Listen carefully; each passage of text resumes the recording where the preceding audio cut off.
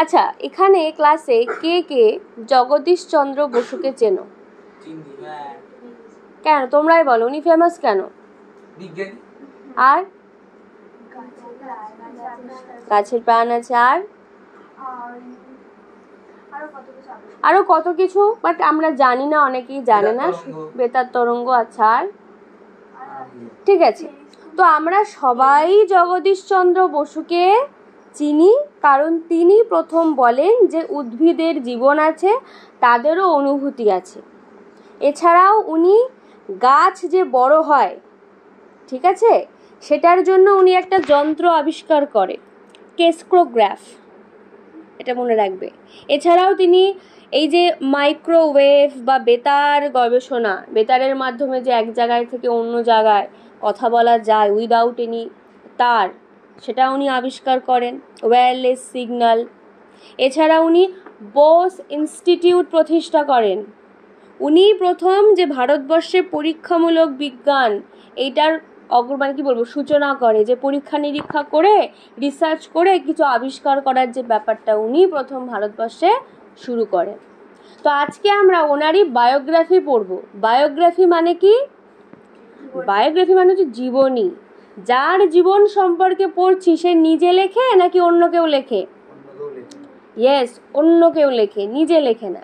অন্য কেউ যদি কারোর জীবনী সম্পর্কে লেখে তখন তাকে বলে biography.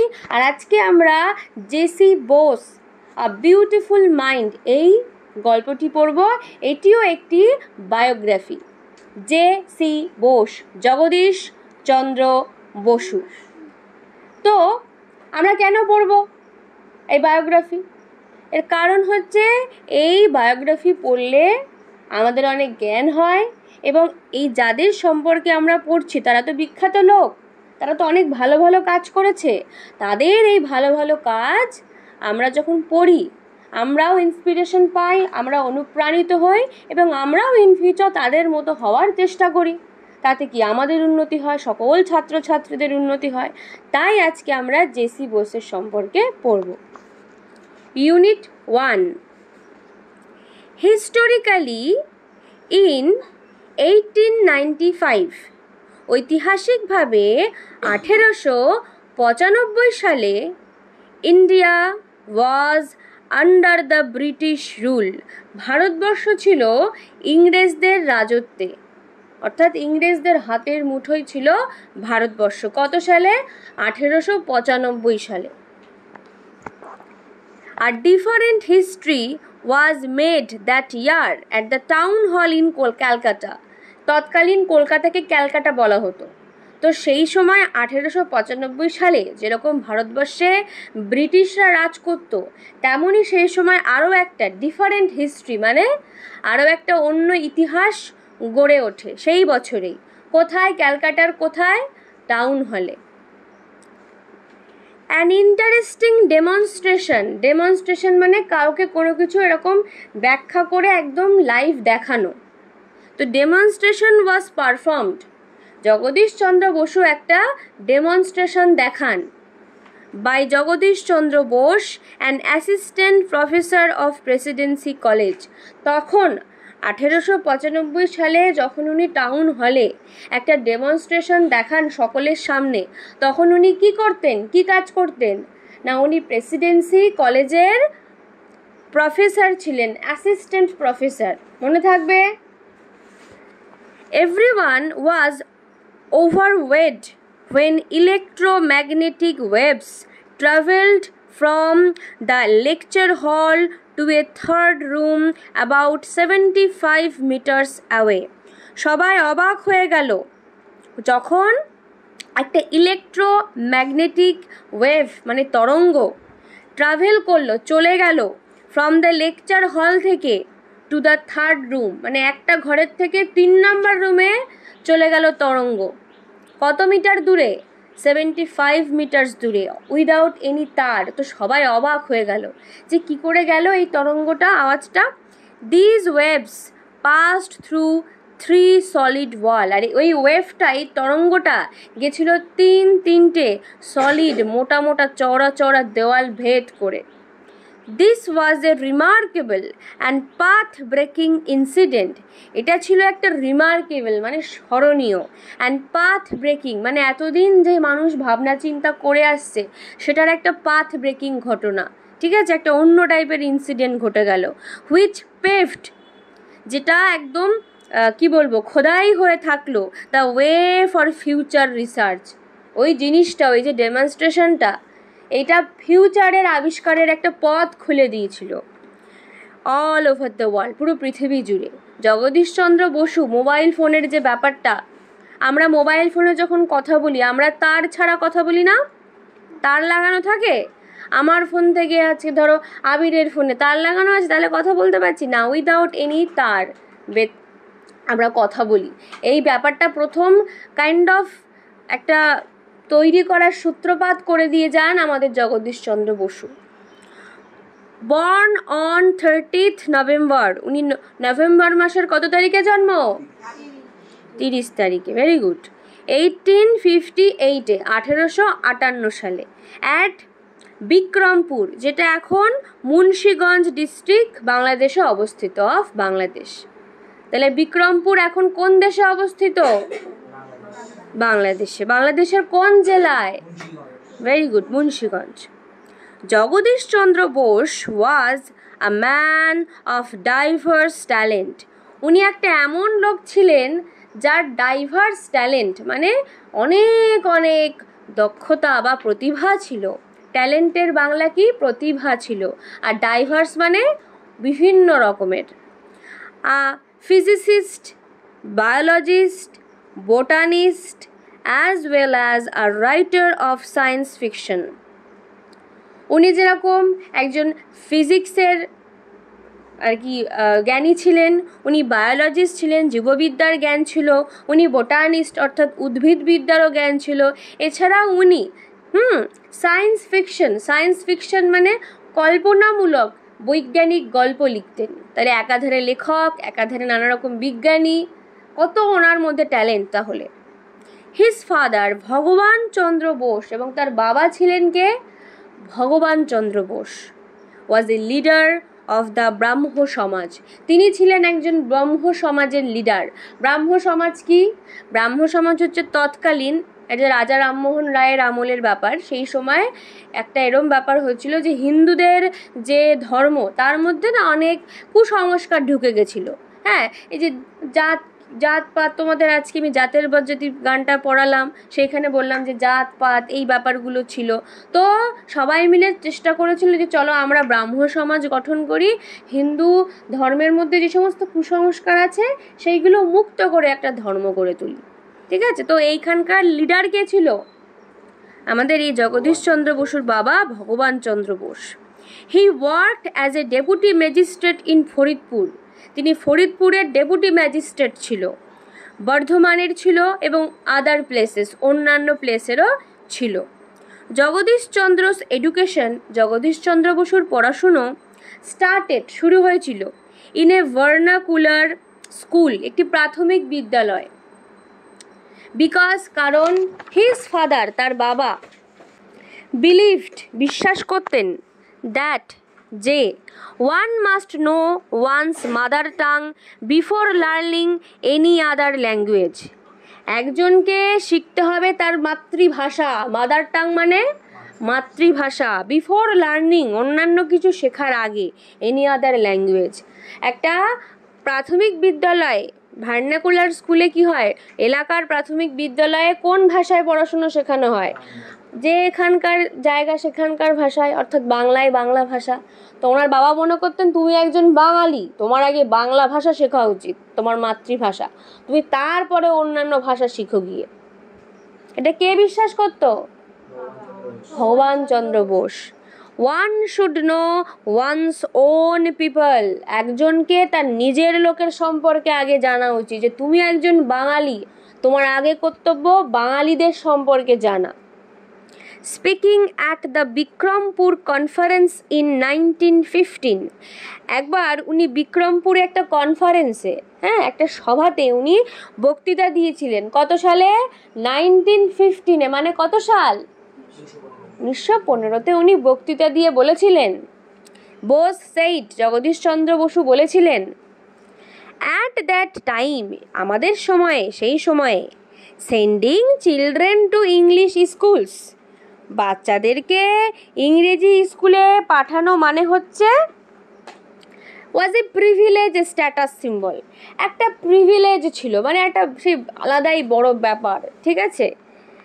In a vernacular school, অথচ একটা প্রাথমিক বিদ্যালয়ে পাঠানো, which was I was sent, যেখানে আমাকে পাঠানো হয়েছিল, the son of a Muslim attendant of my father, আমার বাবার একজন মুসলিম অ্যাটেন্ডেন্ট ছিল, তার ছেলে পর্যন্ত sat on my right side, আমার ডান দিকে বসতো। তাহলে প্রাথমিক বিদ্যালয়ে আমার সাথে আমার ডান পাশে কে বসতো? একজন মুসলিম ছেলে বসতো। and the son of a fisherman sat on my left, আর একজন ফিশারম্যান মানে জেলের ছেলে আমার বাঁ দিকে বসতো। তাহলে সবাই আমরা মিলেমিশে বর্ণ, জাতি এবং গরিব বড়লোক এসব ভেদাভেদ না করে আমরা সবাই একসাথে স্কুলে পড়াশুনো করতে বসতাম। তাহলে ডান দিকে কে বসতো? মুসলিম ছেলে, আর বাঁ দিকে জেলের ছেলে, ফিশারম্যানের ছেলে।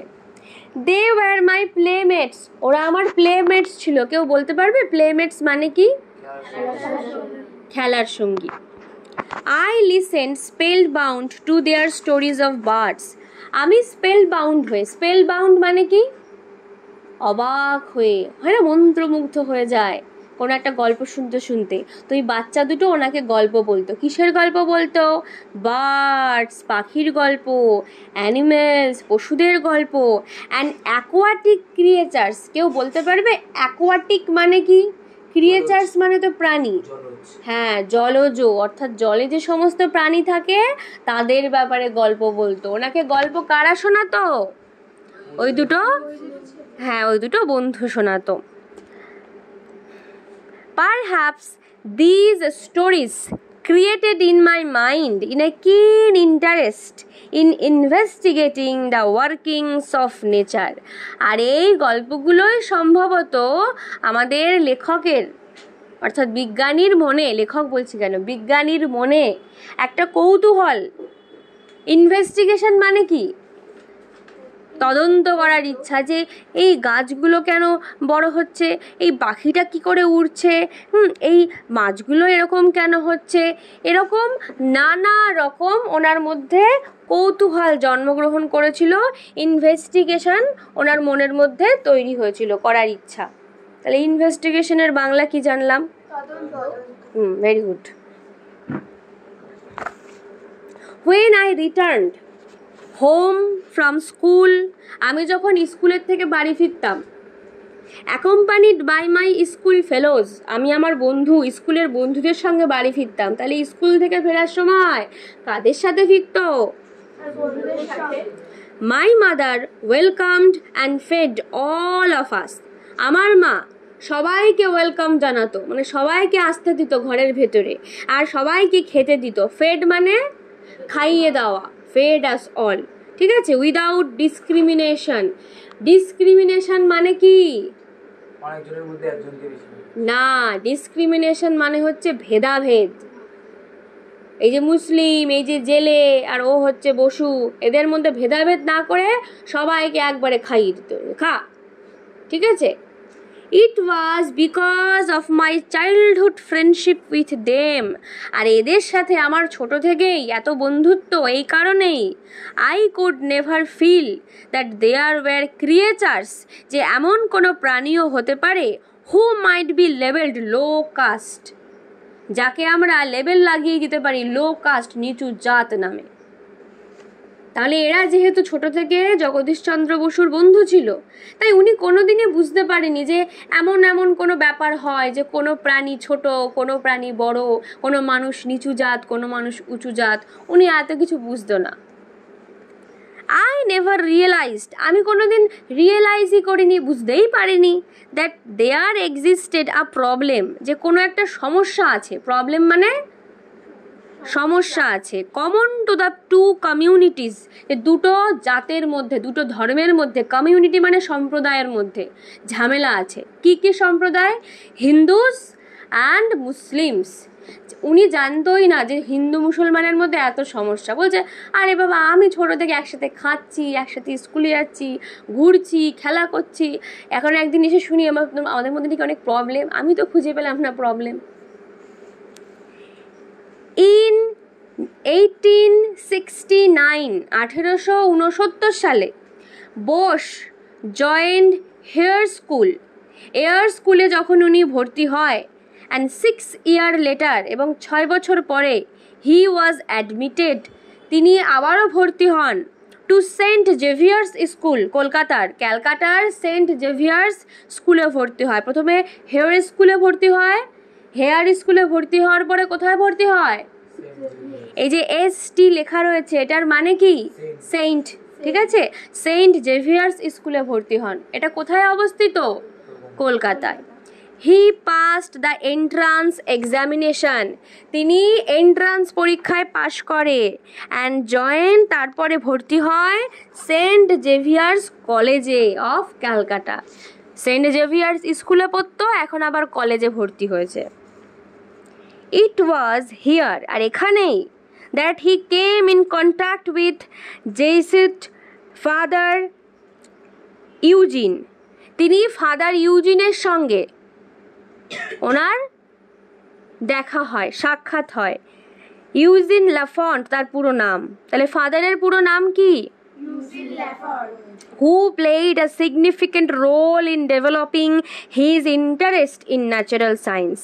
এই লোকটি, এই ফাদার ইউজিন লাফন্ট, উনি একটা সিগনিফিক্যান্ট রোল মানে ভূমিকা নিয়েছিল ইন ডেভেলপিং হিজ ইন্টারেস্ট, আমাদের জগদীশচন্দ্র বসুর মনে ইন্টারেস্ট মানে একটা ইচ্ছা তৈরি করতে। কিসের প্রতি? ইন ন্যাচারাল সায়েন্স, প্রকৃতি বিজ্ঞানের প্রতি। প্রকৃতির মধ্যে আমরা যা যা দেখি, গাছপালা, পশু পাখি, এইসবের প্রতি ইন্টারেস্ট তৈরি করতে সাহায্য করেছিল ফাদার ইউজিন লাফন্ট। লেটার, পরবর্তীকালে, Bose went to England, Bose ইংল্যান্ডে চলে গেল। তাহলে কলকাতায় পড়াশুনো করতে করতে কোথায় চলে গেল? And secured admission in Christ college, উনি ক্রাইস্ট কলেজে অ্যাডমিশন পেয়ে গেল। কেমব্রিজ, টু স্টাডি, কেমব্রিজে অর্থাৎ ইংল্যান্ডের কেমব্রিজে উনি ক্রাইস্ট কলেজে উনি ভর্তি হয়ে গেল। টু স্টাডি ন্যাচারাল সায়েন্স, কি পড়ার জন্য? ন্যাচারাল সায়েন্স পড়ার জন্য। In 1884 1884 he received the natural science tripos from the University of Cambridge, উনি কেমব্রিজ ইউনিভার্সিটি থেকে তারপরে কি পায়? ন্যাচারাল সায়েন্সের ট্রিপোজ পায়। And BSc degree from the university of London, আর লন্ডনের ইউনিভার্সিটি থেকে উনি BSc ডিগ্রি কয়। BSc মানে ব্যাচেলর অফ সায়েন্স, ঠিক আছে, ডিগ্রিটা পায়। দ্য ফলোয়িং ইয়ার, আর সেই বছরেই Bose joined Presidency college. Bose কোন কলেজে জয়েন করে? এখানে ভর্তি হয় না টিচার হিসেবে যায়? প্রফেসর হিসেবে উনি যান। তাহলে Bose joined Presidency College as officiating professor of physics. কোন সাবজেক্টের প্রফেসর হয়ে যায়? ফিজিক্সের বাংলা কি? ভেরি গুড, পদার্থবিদ্যা।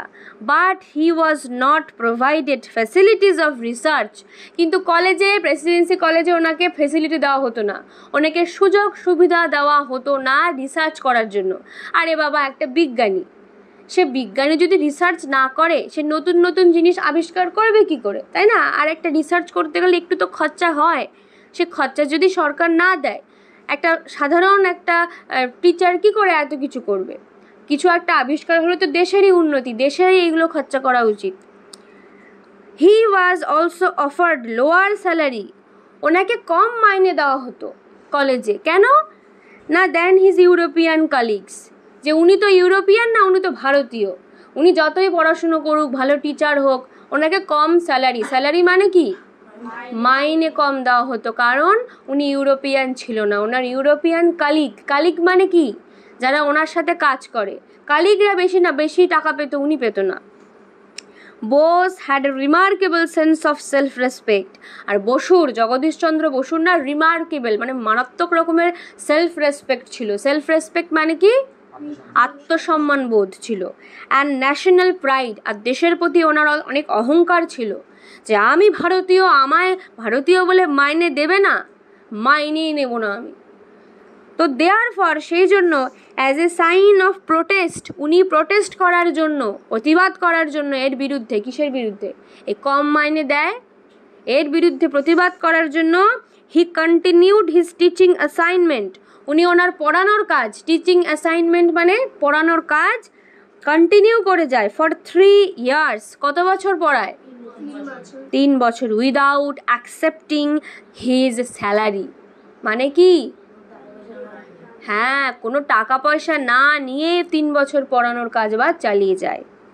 ফাইনালি, অবশেষে the director of public instruction, অর্থাৎ পাবলিক ইনস্ট্রাকশনের ডিরেক্টর অ্যান্ড দ্য প্রিন্সিপাল, কলেজের যে প্রিন্সিপাল হয় তিনি, অফার্ড হিম, তাকে অফার করে আ পার্মানেন্ট টিচিং পোস্ট। প্রথমে উনি অ্যাসিস্ট্যান্ট ছিল, প্যারা টিচার বলি না সেরকম, পরে ওনাকে পার্মানেন্ট টিচার রূপে ওনাকে রেখে দেয়।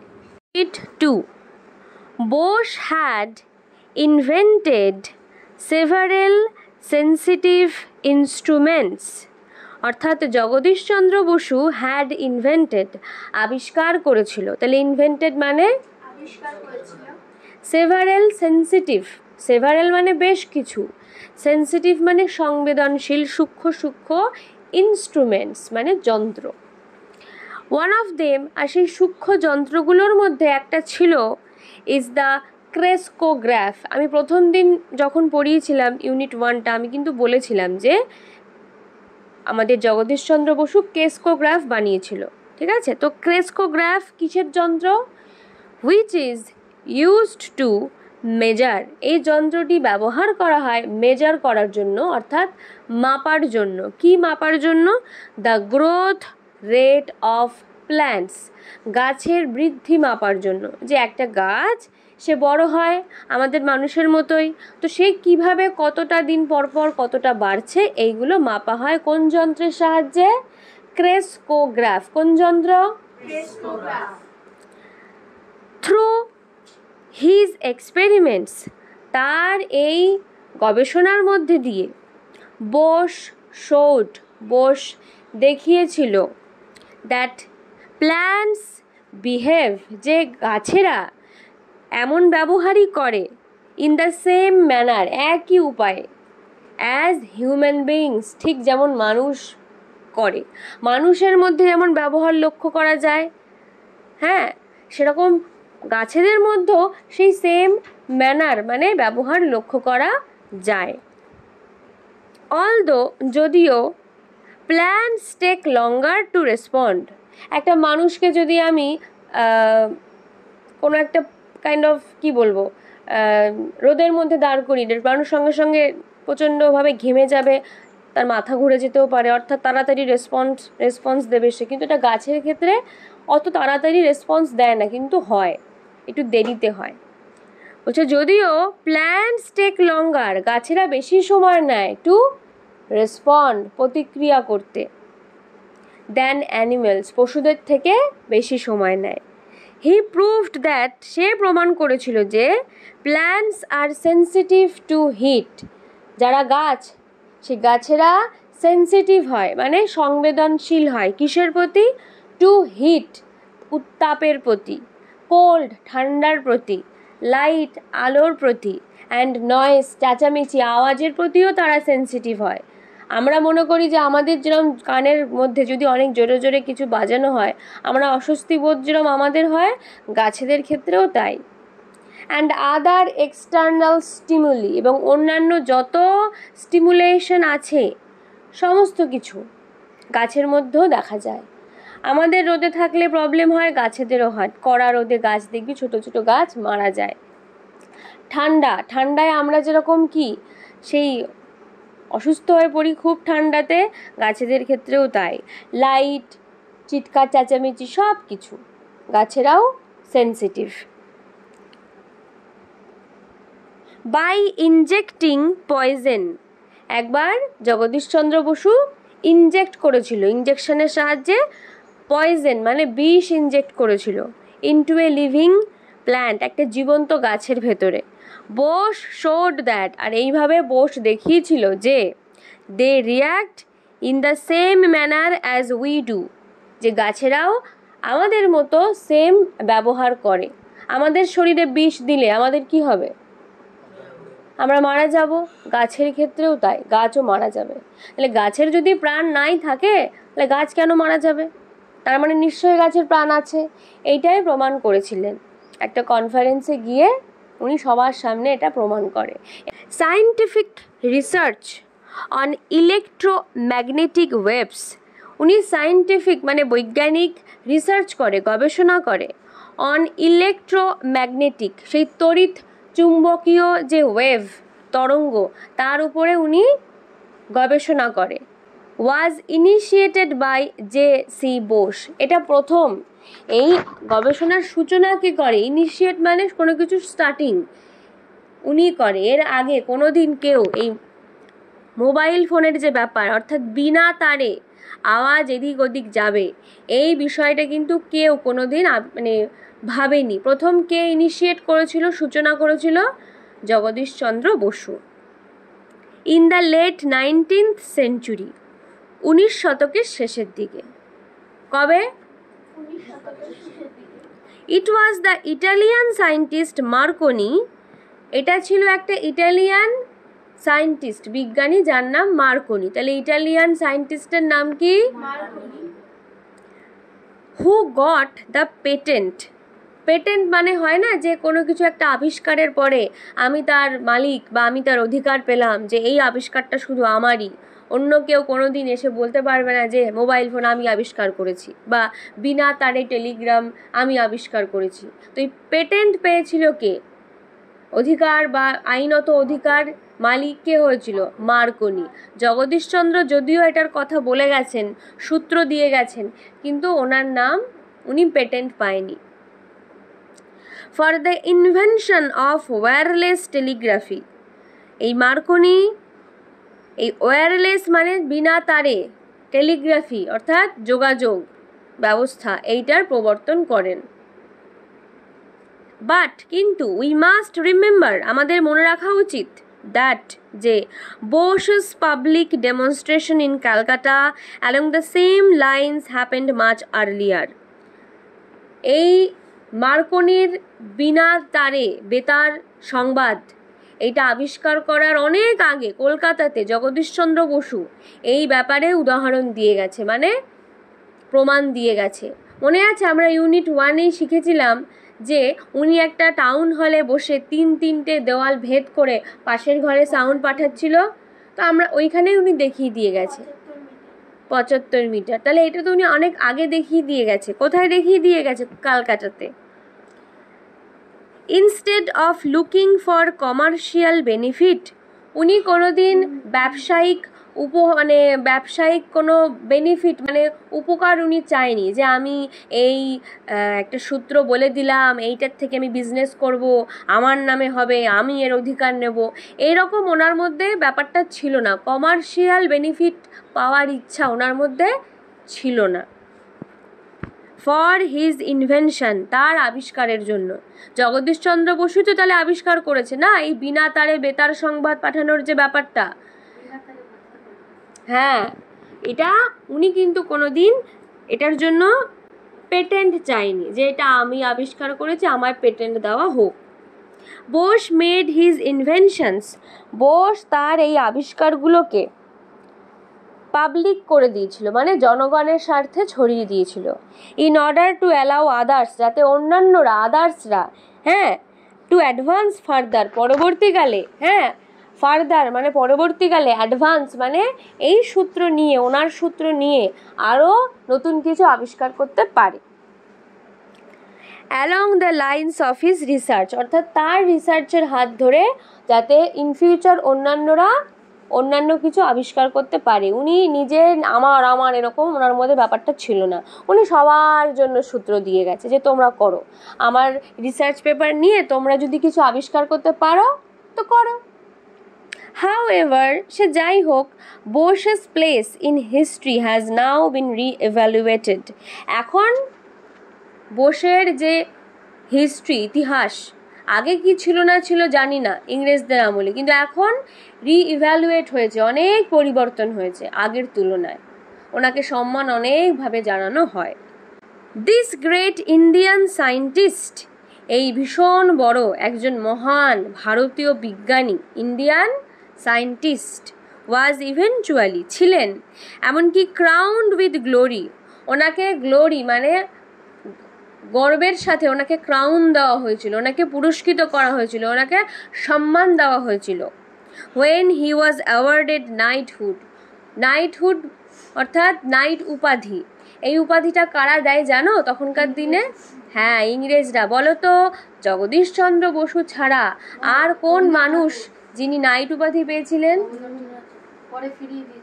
রবীন্দ্রনাথ ঠাকুর। তিনি আবার সেই নাইট উপাধি ফিরিয়ে দিয়েছিলেন। কেউ বলতে পারবে কেন? জালালাবাগ নাকি? জালিয়ানওয়ালাবাগের হত্যাকাণ্ডের, জালিয়ানওয়ালাবাগের হত্যাকাণ্ডের বিরুদ্ধে প্রতিবাদ করার জন্য ইংরেজদের দেওয়া সেই নাইট উপাধি তিনি ত্যাগ করেন। সেম উপাধি, নাইট উপাধি আর কাকে দেওয়া হয়েছে এখানে? জগদীশচন্দ্র বসুকে। বাই দ্য ব্রিটিশ গভর্নমেন্ট, অর্থাৎ ব্রিটিশ সরকার দিয়েছে ইন 1917, 1917 সালে। কবে? কারা নাইট উপাধি দিয়েছিল? ব্রিটিশরা, British government. He was also conferred many other awards, উনি আরও অনেক অনেক অ্যাওয়ার্ড কনফার্ড মানে উনি আরও অনেক অ্যাওয়ার্ড অর্জন করেছিলেন। সেগুলো কি কি? লাইক যেমন ফেলো অফ দ্য রয়্যাল সোসাইটি, পরীক্ষায় প্রশ্ন আসবে যে এই নাইটহুড উপাধি তো পেল, এছাড়া আর কি কি অ্যাওয়ার্ড পেয়েছিল? ফেলো অফ দ্য রয়্যাল সোসাইটি এই একটা অ্যাওয়ার্ডের নাম। Companion of the order of the Indian empire এটা একটা অ্যাওয়ার্ডের নাম, এটসেট্রা ইত্যাদি ইত্যাদি, ইটিসি ইত্যাদি। এটসেট্রা মানে হচ্ছে ইত্যাদি। নিডলেস টু সে, বলা বাহুল্য, he is one of the greatest scientist, তিনি ছিলেন একজন অন্যতম। ওয়ান অফ দ্য মানে পৃথিবীর মধ্যে একটা নাকি অনেক জনের মধ্যে একজন? হ্যাঁ, অনেক জনের মধ্যে একজনকে বলে one of the greatest scientist. উনি অনেক অন্যতম সায়েন্টিস্টদের মানে অনেকগুলো সায়েন্টিস্টদের মধ্যে উনি একজন অন্যতম scientist. Ever born in our country, যে আমাদের দেশে জন্মগ্রহণ করেছিল। আমাদের দেশে আরও অনেক বৈজ্ঞানিক জন্মগ্রহণ করেছে, প্রফুল্লচন্দ্র রায় ইত্যাদি অনেকেই, তার মধ্যে উনিও একজন, জগদীশচন্দ্র বসু। Sir J C. বোস অর্থাৎ জগদীশচন্দ্র বসু মহাশয় রোট লিখেছিলেন সেভারেল বুকস, প্রচুর নানা রকম বই, and published many research papers, ওনার গবেষণার অনেক পেপার উনি পাবলিকের কাছে পাবলিশ করে দিয়েছিল, মানে প্রকাশ করে দিয়েছিল সকলের কাছে।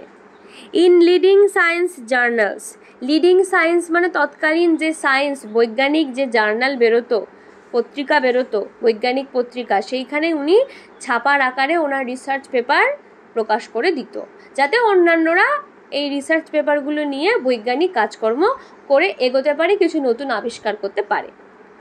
সাম অফ হিজ ফেমাস বুকস, আর তার কিছু বিখ্যাত বই হলো, পরীক্ষায় প্রশ্ন আসবে তার বিখ্যাত বইগুলোর নাম কি? Response in the living and the non living 1902, 1902 সালে পাবলিশ হয় তার বই, যেটার নাম response of living and non living, মানে জড় আর জীবের রেসপন্স, প্রতিক্রিয়া।